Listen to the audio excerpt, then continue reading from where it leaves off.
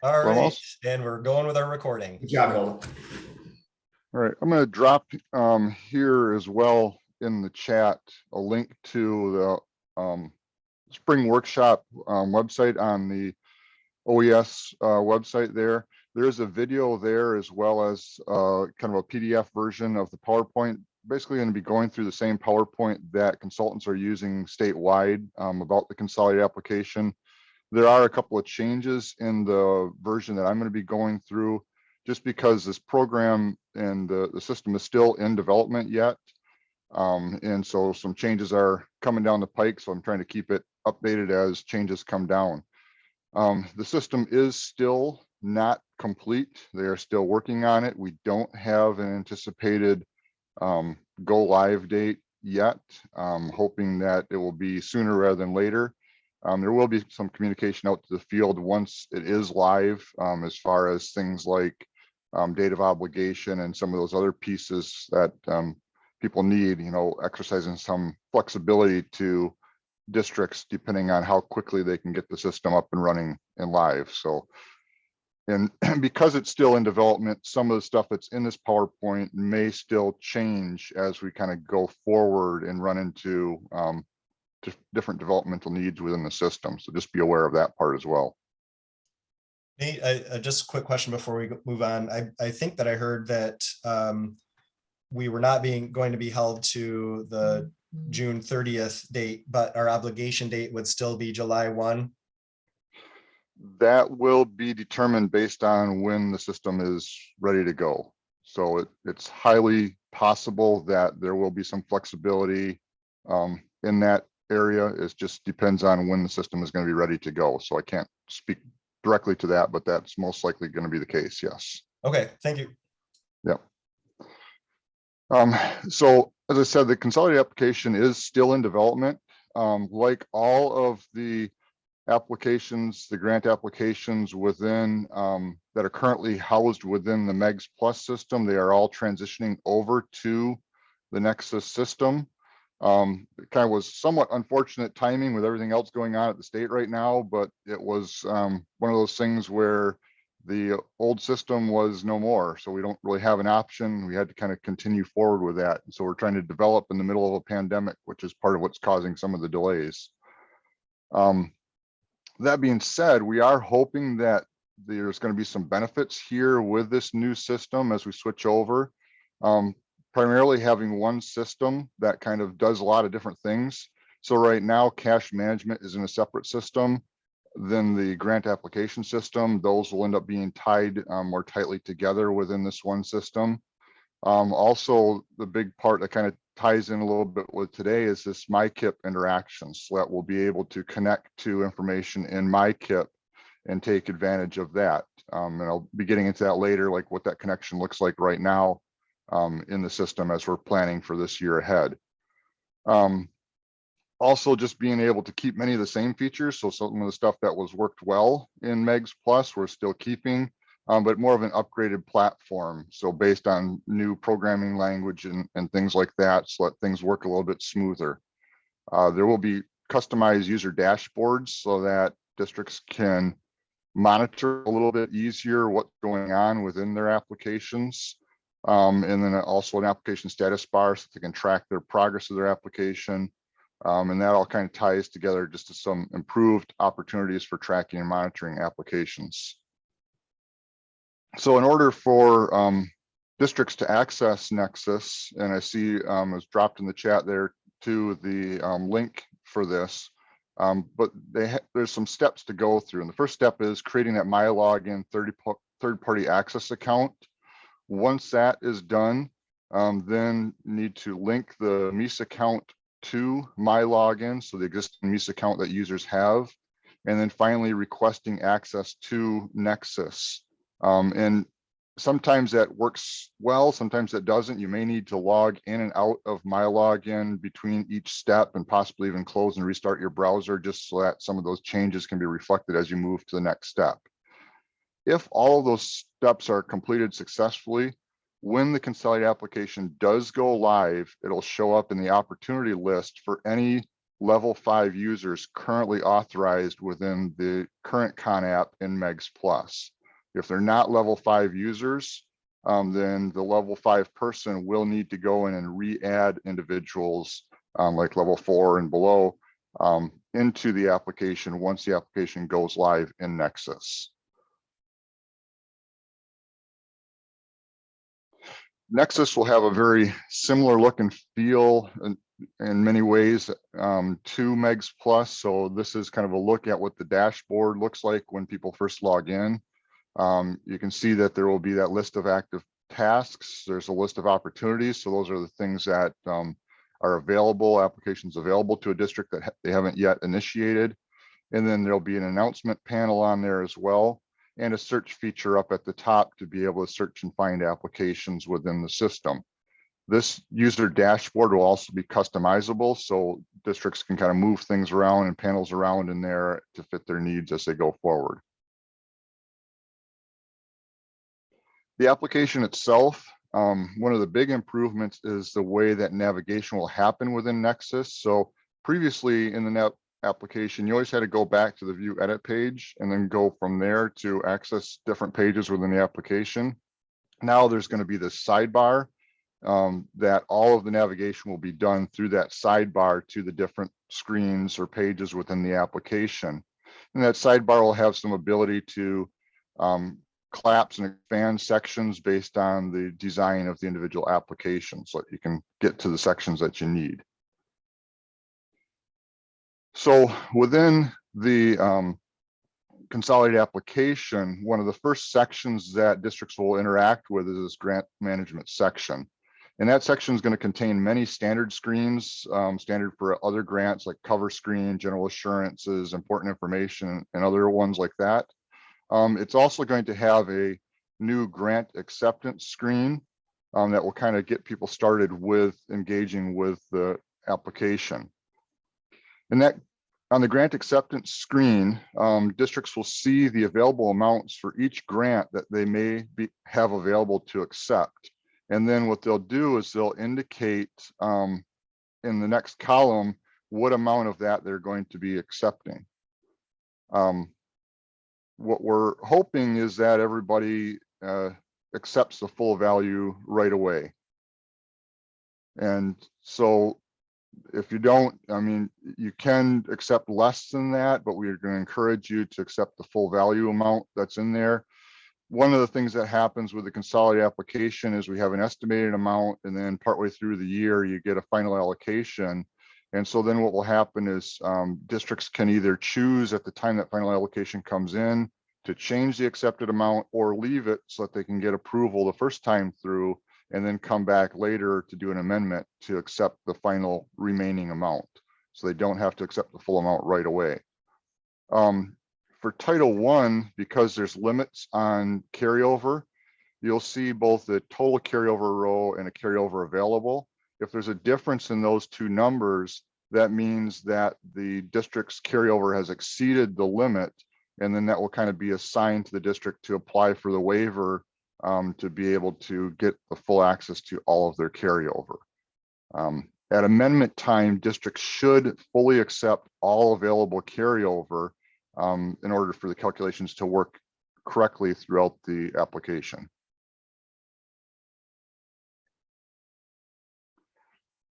So the next screen will only show up for districts, kind of the more traditional districts. It's not going to show up for PSAs or ISDs where Equitable Services is not required, but it's going to just ask a question about whether or not private schools are participating in any of the covered programs.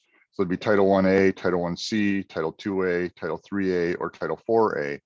And they'll indicate on here whether or not they have schools participating in one of those programs, which will then trigger other screens later on in the application.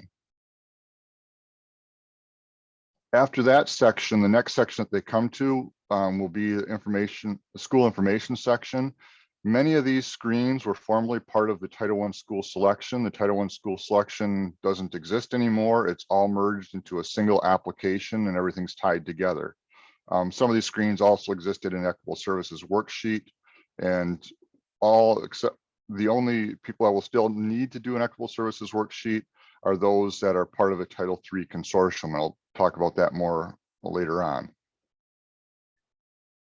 The first screen that districts will come to in this section will ask about the grade span groups that apply in that district. And this is done in order to establish groupings for Title I eligibility. And so they'll go through, this is exactly the same screen as what had existed prior in the TIS. From there, they'll enter information about the schools that are in their district.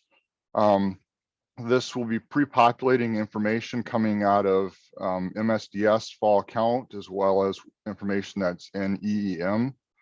And the first piece of information districts will need to provide on here is what grade span group they're going to assign to each building. In most cases, it's fairly straightforward, but occasionally you'll have schools where the grade spans aren't really neat and aligned perfectly. And then they'll need to make some edits or changes to select the grade span that most best fits for those districts. And then as before, the fall we have a question. Can I stop you just for a moment? Sure. It says from M. Gibson, can you confirm that you said that the only required Equitable Services worksheet is for those districts in a Title III consortium? Yep, that is correct. Only those that are in a consortium will need to do the worksheet. Everybody else, the worksheet is built right into the application. There is still a worksheet on our website under the Consolidated Application Important Information link, as well as the link for information for working with private schools. It's an estimation worksheet that the calculations will work just the same as they do in the Consolidated application. So if you want to work through that in your early consultation with private schools until the Consolidated application is available, you have that available as an added tool to help you out. Let's see, grab a link to that.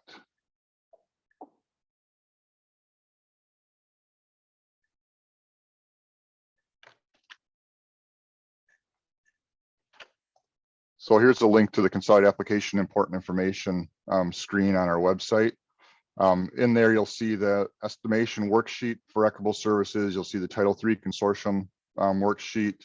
Also in here, it's a draft document for the Consolidated Application, a draft help document that provides a lot more information about each screen and requirements for each screen.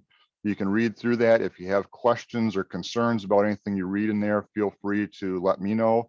Like I said, it is a draft document because it's kind of being actively updated as the programming gets completed on the application.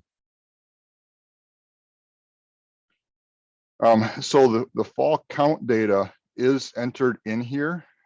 If districts haven't gone through any reconfiguration or opened or closed buildings, they can just leave it as is because it's all kind of preloaded in there. If you've gone through some reconfiguration or had changes, then you can adjust that data using the adjusted count columns. And then if you adjust those columns for some reason, you need to indicate one or both, or check one or both of the boxes above to indicate why you're adjusting that data. There shouldn't be any school with a zero count of students in it. If there's a school with zero count of students in it, then that's something that you need to reach out to your consultant and work through. It may be possible that the school is identified wrong in EEM and shouldn't be pulled into the application, or something else going on there. So we need to address those rather than just leaving zero counts in the application. The next screen that districts will come to after entering information about their schools are some screens that determine that provide some options for schools in terms of determining who's going to be eligible for Title I. If a district has less than 1,000 students, they won't see this screen, or if they're not applying for Title I, they won't see this screen. This is only for those that have more than 1,000 students. Those that have less than 1,000 students, all of their schools immediately are Title I eligible. So if there's more than 1,000 students, the first choice that they have to make is whether or not they want to rank high schools that have greater than 15% low income above non-high schools that might have 75% or less low income. And so that option is available there.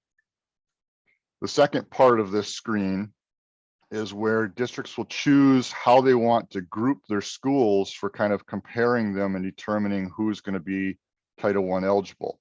And the two options are either district-wide or grade span grouping. And so to choose those two options, new this year is if you choose grade span grouping, there are some additional options that you have for determining which schools are going to be eligible. And those options are kind of outlined here. What you would be able to use is either the grade span eligibility method, which looks at the average low income for that grade span, or the low income percentage for that grade span as a whole, in any school that has a percentage poverty equal to or greater than that would be eligible. Or there's a district-wide eligibility method that looks at the percent poverty for the district as a whole, and any school that has a poverty percentage equal to or greater than that would be eligible.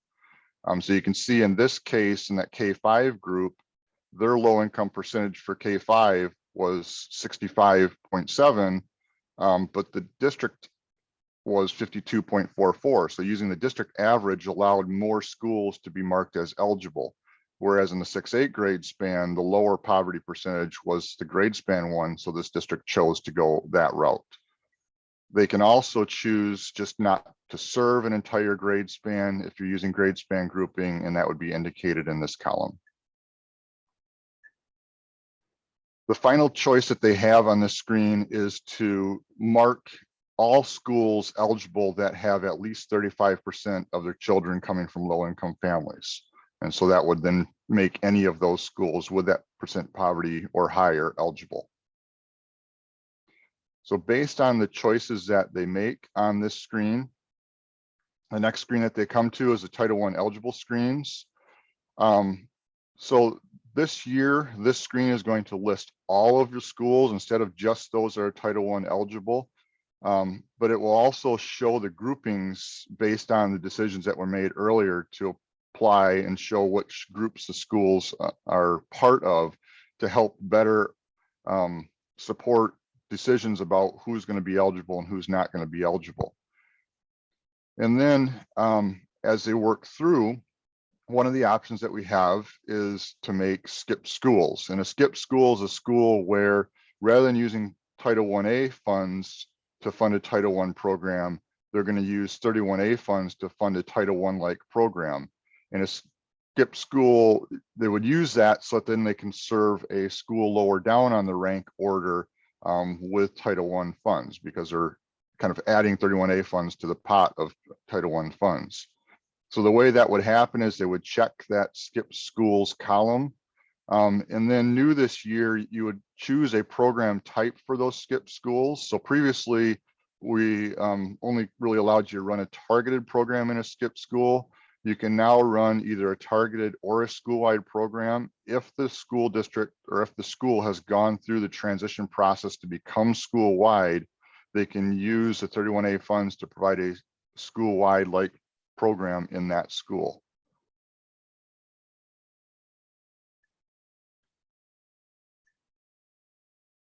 So as before, if the school was eligible and served last year, but not eligible this year, no program type needs to be identified here. So example of that here is Post Oak School. You can see they didn't indicate any program type there.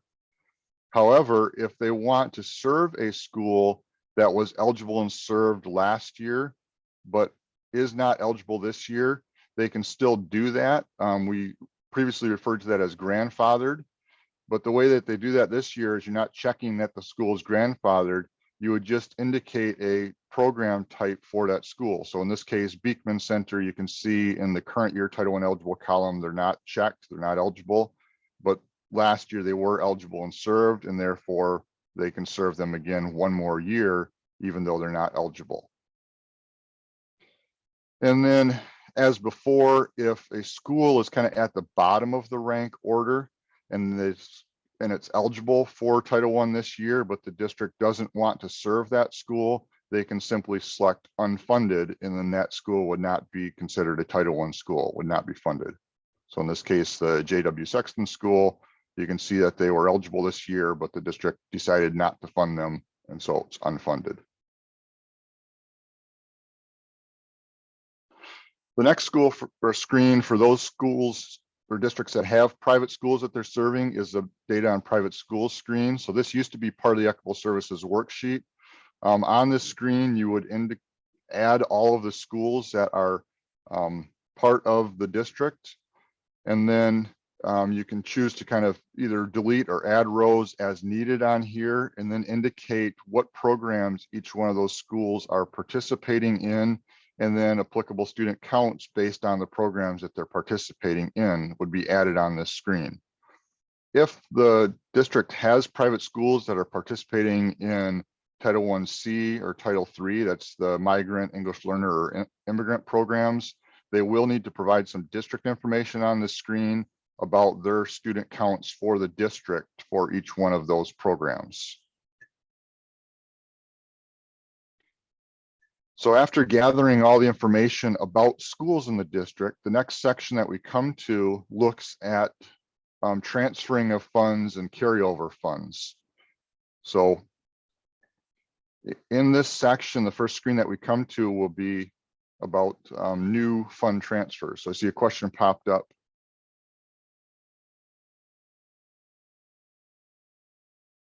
So it's a good question about Title I and skip schools. There's a somewhat of a fuzzy gray area in terms of skip schools. So a skip school is not considered a Title I school. However, they are providing a Title I-like program in those schools. And so they still need to meet most of the requirements for a Title I program, except for they're not kind of listed as a Title I school for like some of the accountability things and pieces like that. They have to provide a Title I-like program, which means their program needs to meet that. The 31A funds that they use in that school, though, are then subject to both the 31A requirements as well as the Title I-A requirements. So that, you know, things like you can't use them for administration, you can't use them for administration in a Title I program. Requirements about the amount used for professional development, you're still limited to those amounts for professional development. So all the rules that apply to 31A still apply to those funds, even if you're using them in a Title I-like program. So you kind of get subject to dual requirements when those funds are used in that way. And I'll address that more later on too, because it comes up in a future screen again. For fund transfers though, districts can choose to transfer Title II and Title IV into other funding sources. And so this screen is where we gather information about those funds being transferred and what your transfers you're going to make. This is a little bit new this year in terms of districts really need to make this decision up front. If they make changes in their budget, they realize they don't need to transfer as much or they need to transfer more, they will have to go back to the screen in order for the calculations to kind of rerun in the application. So it's important to kind of make some of those decisions up front and stick to them as best you can. The next screen in this section looks at private school carryover. Because private school carryover is required to kind of go back to the private schools, it's not eligible to be transferred. And so we have to kind of figure out of your carryover, which part of that is supposed to be going back to private schools. So on this, the top part of the screen, districts are going to indicate how much carryover they had that was private school carryover, and then what private schools are going to be receiving the benefit of that carryover. If that full amount of carryover does not get kind of returned to the private schools, what will happen is there is an opportunity for districts to recapture that, but that should be a rare occurrence. And so what happens is that carryover first needs to go back to the private school that kind of generated it. Second, if it can't go to that private school, it gets offered to any other participating private schools. And then if all the private schools decline the additional services that they would be able to receive because of that carryover, then and only then can that carryover be recaptured. And so that's what the bottom section of the screen has. You have to provide an explanation that basically shows that you consulted with those private schools. The private schools did not want any of that added carryover and are relinquishing that. And you should maintain some sort of documentation that shows that those conversations took place. So the question about transitioning a skip school from targeted to school-wide, it would be the exact same process that you would use for transitioning a regular Title I school from targeted to school-wide. You would submit that form, the intent to transition form to us. You would work through the required 6 meetings of planning over the course of the school year. At the end of the school year, if you still decide that was the direction you want to go, you would make sure that you would have your school-wide program template description filled out, and then have your superintendent send a letter into the Office of Educational Supports indicating that you are planning to go to school-wide in the following year. And I can pop that up, form up. I have that, Nate. I'll get it pasted in Okay, there. sounds good. And Nate, sorry to interrupt, but can we make sure that there's going to be time to look at those screens in NexSys that connect over to MICIP, and also a little bit of time to talk about that nuance of if there's something that isn't in MICIP, how does that get entered, things like that. I think that's something of particular interest to this group, if we can make sure that we have time to get to that. Yep. Yeah, we'll get to that part here very shortly. So the other thing, we're going to do the same thing with transfers. Again, just about carryover transfers. You'll be looking at that here as well. From there, come to some screens that are looking at distributing those Title I funds out to individual places where they're going to go. In this section, the first thing is the private school. So if there were private schools participating, this screen would show up. And this allows the districts the opportunity to identify if they're going to be utilizing any of those funds that were kind of allocated for private schools to cover some administrative costs for those schools. The next section that they would come to is looking at Title I Part A reservations. And then on this screen is where all of the required and optional reservations coming out of Title I would be entered, so that we can kind of take those funds off the top. If districts are required to take parent engagement reservations, so they have more than $500,000, that amount will be automatically entered in here, with the assumption that that's going to go fully to schools. If they don't want it all to go to the schools, or if they want to increase the amount that's being reserved for parent family engagement, they would indicate the increased amount here. Or if they want to reserve some for the district, they would indicate that amount here. And then there's other reservations, the homeless reservation, which is a required reservation. That amount would be entered here. The homeless liaison, which was formerly considered an administrative cost, is now going to be considered part of that homeless reservation and be entered on this line. We're also have the ability to pull out some additional funds for administration costs, and we're separating out the indirect admin from kind of the direct admin costs, and that would be indicated on here as well.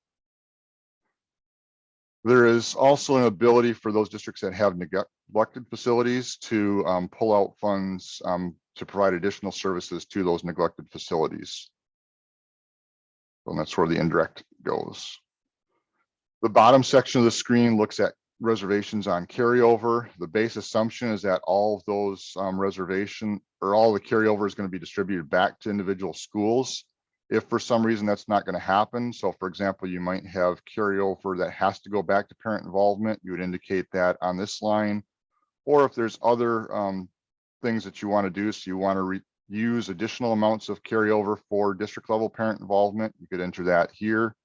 If you have carryover that goes to those neglected facilities, that would be entered on this area as well.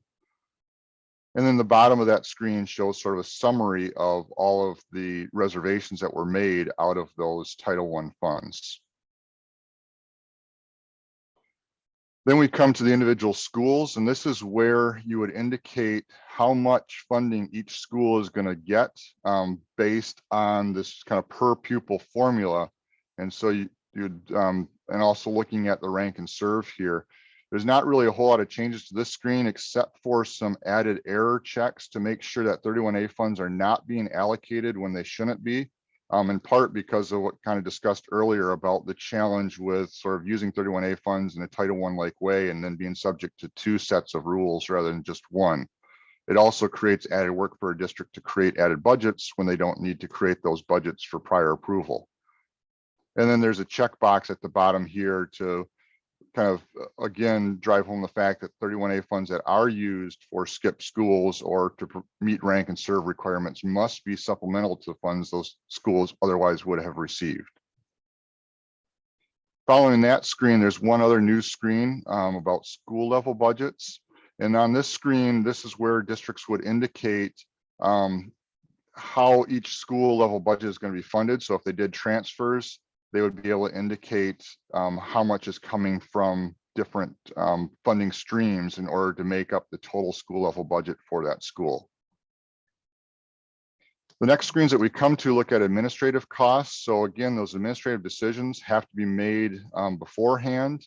In these screens, there's 2 of them. One is new administrative costs, and then the second one is administrative costs coming out of carryover, are where districts will indicate what portion of the funds are going to be used to cover administrative expenses for the individual grants.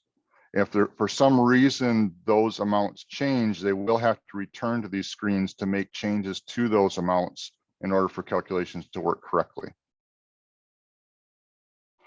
There's a couple of screens. I'm going to go through these real quick just to get to the more budget part of it, because not everybody has them, but they're allocating funds out to individual neglected and delinquent facilities. So there's one for any of the neglected facilities, and then there's another screen for the delinquent facilities. Both screens are basically the same. It allows you from that initial allocation for each facility to identify if additional carryover needs to be added to those facilities, if funds are going to be added to them from transfers, or what funds might be coming out of those to cover administrative costs. Then we get to a section looking at equitable services. There are 3 kind of screens in this section looking at the different private schools. Based on the information entered into the application so far, it will give you a report out of how much funding needs to go to each private school for private school services in each one of those. So there's a Title I screen. There's also a screen for special populations, which is the Title I-C, Title III EL, Title III immigrant, and then one for the Title II and Title IV that indicates how much needs to be going to each one of those. If a district is part of a consortium, their title or the equitable services won't be done in the application. They'll be done on a separate equitable services worksheet. And then there is a title or consortium screen. On the consortium screen, this is where you would indicate what amount was going for equitable services from each individual consortium member's allocation. And then also indicate out, how much of that allocation from those individual consortium members was going to be going for consortium level activities versus administrative costs. And then it comes up with a final amount that's actually going to be flowing through back to those consortium member agencies. Then there are a couple of program information screens. It's not shown here. There are also an equitable access screen, as well as language assistance plan screen, which were in the consolidated application last year. The first one of these screens that I'll cover is the Title IV assurances. And this is where a district needs to assure that certain things are happening. If the district receives $30,000 or more of Title IV funds, they need to assure all 3 of the bottom set of assurances so that they're meeting those percentage usage of funds in different categories. If they receive less than that, they would only need to assure one of those areas, and then that will trigger error checks later on in their Title IV budgets. There's a new piece this year for districts that are SRSA eligible. Those are funds that come directly through the federal government. They have the ability to apply for flexible use of their Title II and Title IV funds, which allows them to waive any of those Title IV spending requirements and spend funds without doing a transfer, as almost like they did a transfer. And so there's a screen there where they can indicate that if they want to take advantage of that added flexibility. And then we come to the big meat of the application, which are the budget screens. So there are going to be specialized budget types this year. Those specialized budget types kind of go into a couple of broad categories, from administrative budget types, equitable service budget items, district level budget, program budget items, entity level program budget items, and then transfer budget items, which could be either entity level or program level. And so those budget types track back to information entered earlier in the application. There'll be error checks to make sure that districts are budgeting the right amount of funds for each one of those types of budget items. In the budget detail, what we need, similar to last year, is function code, description, costs by object code, FTE hours detail, and things like that. But this year also, we are looking for information about the strategies that the individual costs are supporting. And that combination of the strategy with the description is what's going to be used to show that items are reasonable, necessary, and allocable to the funding source.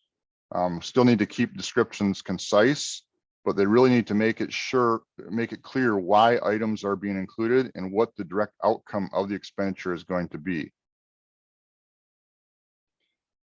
So this is kind of a mock-up right now of what we're looking at for an add budget item screen. This is a very detailed one that has all the parts to it. Individual add budget item screens may not have all these parts, depending on exactly what budget area we're talking about or what decisions the district made earlier. The first one that you come to is where we'll ask about the budget item type, and that's where you'll select the different budget item types from administrative, program costs, things like that. Depending on what they select there, they may have to select a subtype. So if you've selected the main type as a transfer, then the subtype might be indicating which fund you're transferring into, for example. From there, they would indicate, depending on what type of budget item they did, if it was kind of an entity program type budget item, they would indicate what entity it goes to. So what school, or if it's a consortium, what's consortium member, they would select that in this drop down.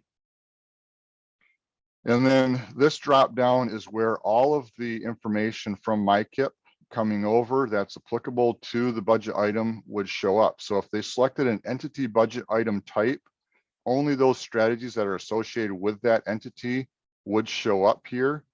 For schools, if it's an entity type that is like a Title I neglected facility, those entities don't exist in MICIP, so you'll see all the strategies that are associated with the districts in this drop down.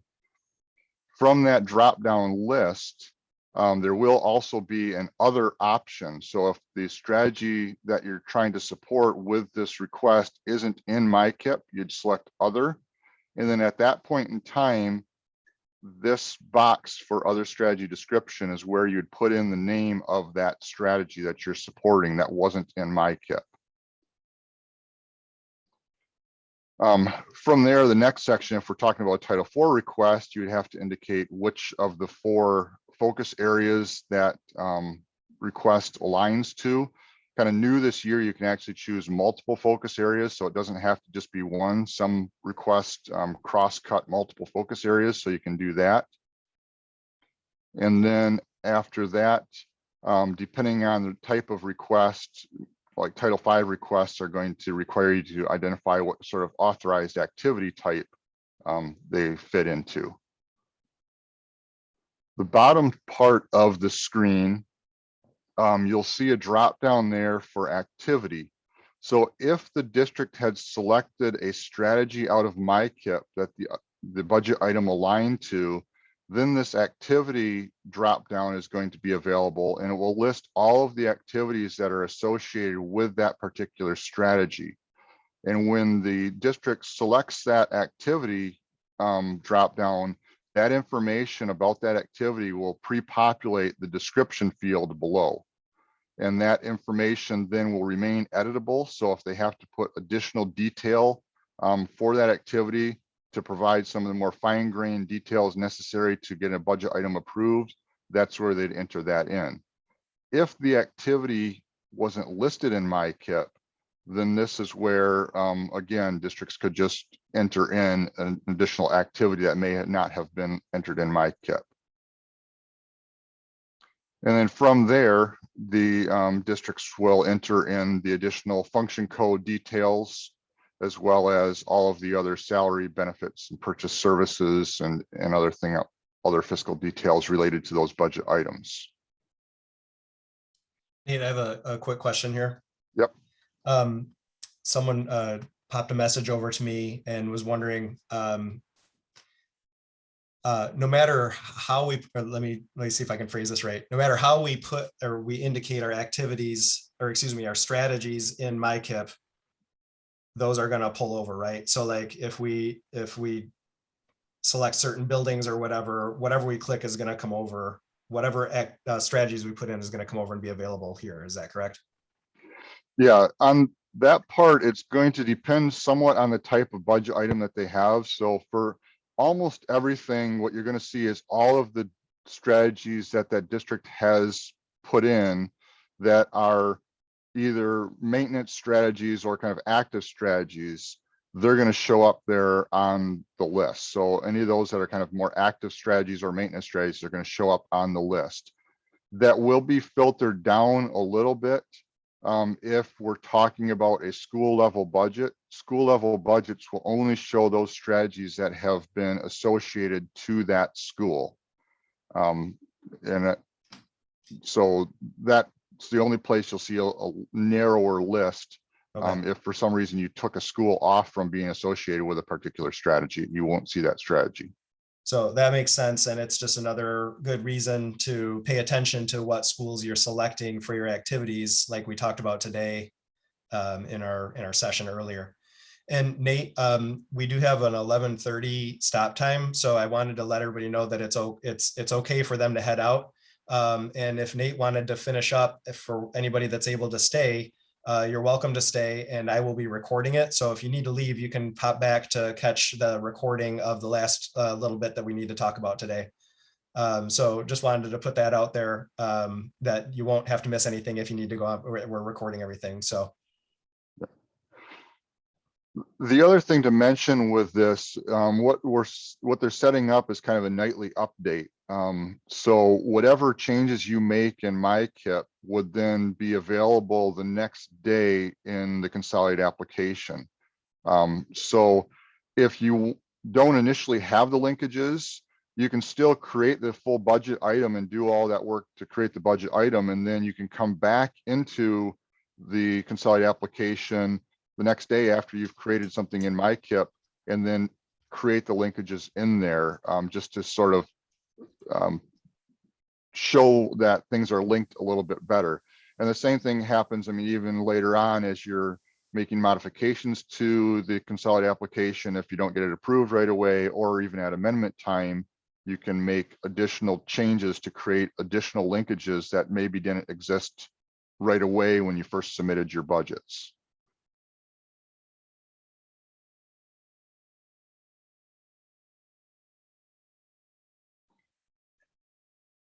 So then with the budgets, I mean, that's the big meat of how the things are tying together. There's still going to be the budget summary screens as there have been in the past. Those budget summary screens are going to show kind of just by function code what the districts are spending their funds on. Each one of the budget summary screens at the bottom is going to show a breakdown of the different kind of budget areas. And that breakdown will help you see whether or not you need to budget additional funds in 4 different budget types. Nate, before you move on to the next part, can you pop up a couple of slides there to, I think 2 slides before this one? Okay. Yeah, there was a question in the chat about the authorized activity type dropdown. And I think that you mentioned that was specifically for a specific grant. Yeah, so this is primarily going to be used for, well, it's also going to, blanking now. I think it's Title 1C and then also Title 5. Under Title 1C, there's specific areas that you need to focus funds on, like parent engagement and recruitment and things like that. And so those are going to be listed in there for that grant. For Title 5, there are authorized activity types are like Title 1 programs, Title 2 programs, Title 3. Those will be listed there for those, because we have to report back to the feds in terms of how people use their Title 5 funds. So Title really 5 doesn't that's have its own use. that's Yep. a dependent drop down based Yep. off of the grant source that we selected. And then it's going to have whatever the requirements are for that specific grant. Yep. So it Yeah, doesn't, that doesn't tie to our activities as we might be saying, talking about activities in MICIP. Nope, exactly. It's Okay. different. And that's why the next screen is where the actual activity, and that's the one that's kind of coming out of MICIP for those activities. And again, that activity one here is only going to be populated if you selected a strategy from MICIP. Perfect, thanks. Yep.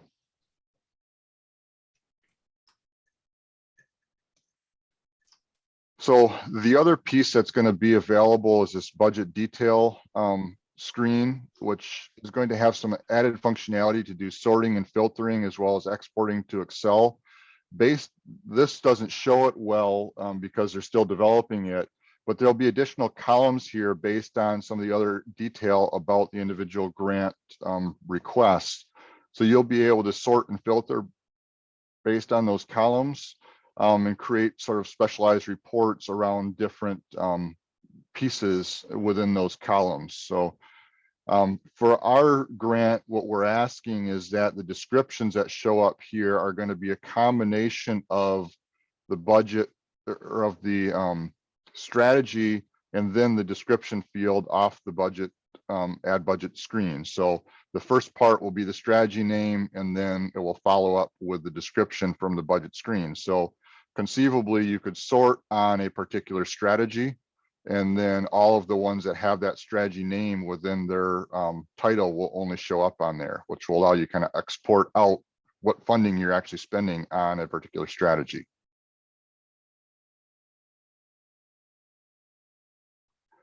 Then there's also a flag budget detail screen.